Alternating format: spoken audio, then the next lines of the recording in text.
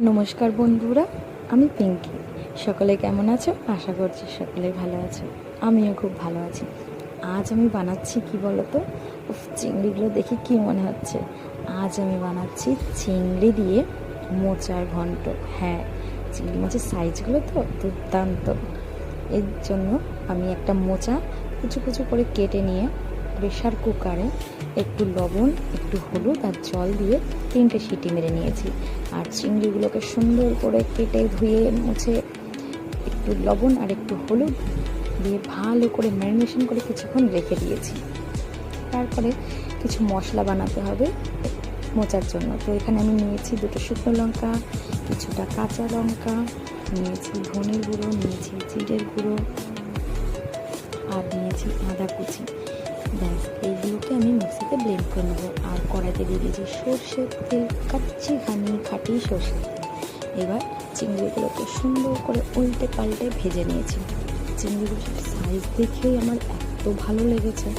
যদিও আমার এত বড় চিংড়ি মোচার ঘন্টতে ঠিক ভালো লাগে না, কিন্তু ওই যে কর্তামশাই নিয়ে এসেছে, যাই হোক খুব খুশি হয়েছিলাম দেখে। অন্য কিছু বানাবো ভেবেছিলাম, তো ভাবলাম মোচার ঘন্টই বানিয়ে ফেলি চিংড়ি দিয়ে, খুব ভালো লাগবে খেতে। তো এখানে আমি চিংড়িগুলো ভেজে তুলে নিয়েছি। ওই একই কড়াইতে আমি তেল দিয়ে দিয়েছি, সর্ষের তেলেই রান্নাটা করছি। আমি দিয়েছি ডুমো ডুমো করে আলু কেটে রাখা, আলুগুলোকে ছেড়ে দিয়েছি। আলুগুলোকে সুন্দর করে ব্রাউনি করে ভেজে নিতে হবে। মানে ভালো করে নেড়ে চেড়ে নিচ্ছি, একটু লবণ আর একটু হলুদ দিয়ে আলুগুলো লাল লাল করে ভেজে তুলে নিয়ে এবার ফোড়নে দিয়েছি আমি গোটা তেজপাতা, গোটা এলাচ আর লবঙ্গ।